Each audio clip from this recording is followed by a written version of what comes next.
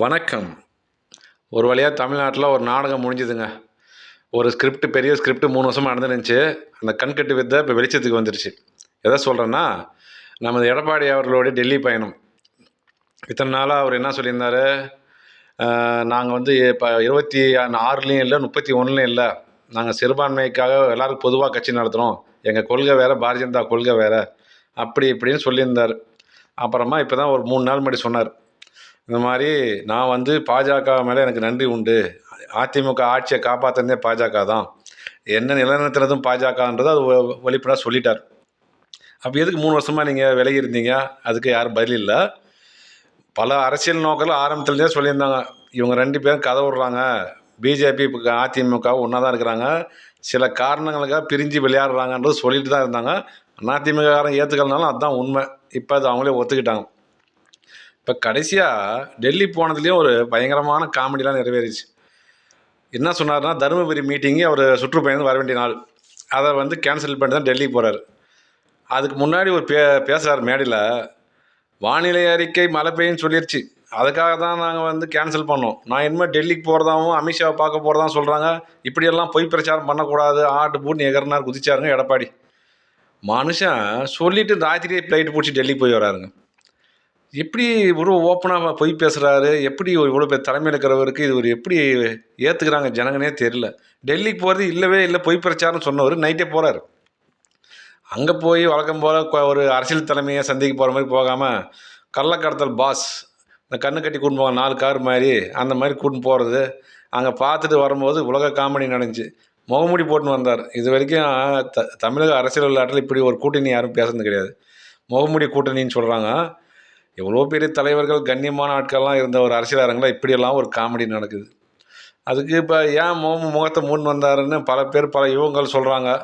வட இந்தியா தலைவர்கள்லாம் அந்த பான் பராக்கு பீடாலாம் போடுவாங்க. அது என்ன ஸ்ப்ரே ஆயிடுச்சான்னு தெரில. இல்லை பேசின மிரட்டில் கண்ணில் தண்ணி கலங்கிட்டார், அதுக்கு மூடிட்டு வந்தாருன்னு சொல்கிறாங்க. அதெல்லாம் யூகங்களாக சொல்கிறாங்க. அதுக்கு இன்றைக்கி ஒரு பெரிய பேட்டி கொடுத்துக்கிறாரு. அது அது வயிற்றெரிச்சலுங்க. ராகுல் காந்தி மிகப்பெரிய விஷயத்த வாக்கு திருட்ட டெல்லியில் ஒரு கான்ஃபரன்ஸ் சொல்லினுங்கிறாரு. அதை பாதியில் கட் பண்ணிட்டு இந்த மனுஷன் பேசுகிற பொய் பிரச்சாரத்தை வழக்கம் போல் போடுறாங்க. எல்லா சேனலையும் கட் பண்ணி போடுறாங்க. இதெல்லாம் அடுக்குமா? எவ்வளோ பெரிய விஷயத்த ராகுல் காந்தி பேசுகிறாரு, அதை கட் பண்ணி எடப்பாடி பேசுறதை போடுறாங்க. அதை அவர் பேசுகிற பேச்சுங்க, இவர் செந்தில் பாலாஜியை ஸ்டாலின் வந்து விமர்சனம் பண்ணி பேச பழைய வீடியோ எடுத்து போட்டு ஏதோ சிபிஐ இவர் கண்டுபிடிச்சிட்ட மாதிரி சொன்னார். எல்லாரும் தெரிஞ்ச விஷயந்தான். அதிமுக இருந்தப்போ செந்தில் பாலாஜி பண்ண ஊழல் தான் சொல்லியிருக்காரு. அது வெக்கப்பட வேணாமா நீங்கள்? இது ஒரு பெருமையாக வேறு சிபிஐ கண்டுபிடிச்சிட்ட மாதிரி போட்டு வேறு காட்டுறாரு. அப்புறம் வந்து மூஞ்சி துவைச்சிட்டு வந்தாராம், அது முகமூடி மாதிரி போட்டு வந்து எல்லாம் பொய் பிரச்சாரம் பண்ணுறாங்களாம்.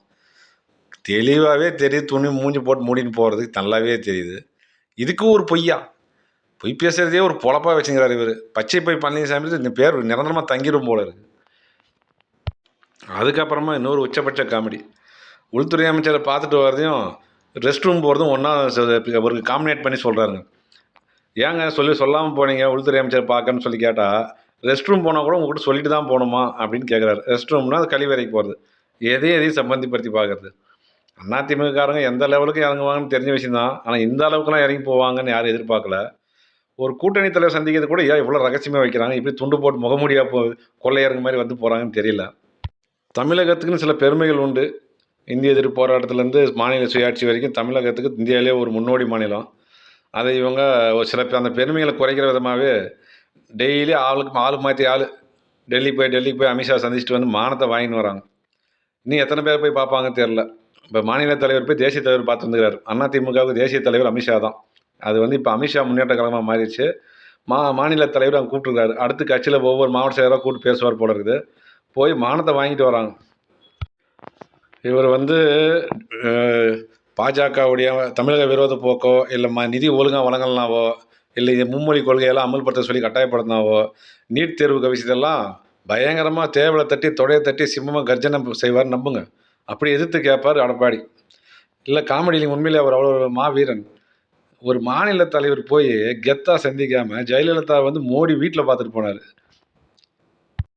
இவர் கூப்பிட்றப்பெல்லாம் இப்போ முறவாசல் வழியாக போய் பார்த்துட்டு வர்றாரு. அதிமுகவுக்கு ஏன் இந்த சோதனை தெரில. பாலையா சொன்னார் திருவிழாவில், என்னடா இது மதுரைக்கு வந்த சோதனைன்னு. அது மாதிரி இது அதிமுகவுக்கு வந்த சோதனை தான் சொல்லணும். எப்படி இருந்தேன்னா இப்படி ஆகிட்டன்றதும் இந்த கட்சிக்கு தான் பொருந்தும்னு நினைக்கிறேன். சரி, பிடிச்சிருந்தா லைக் பண்ணுங்கள், ஷேர் பண்ணுங்கள், கமெண்ட் பண்ணுங்கள். முக்கியமாக சப்ஸ்கிரைப் பண்ணுங்கள். நன்றி, வணக்கம்.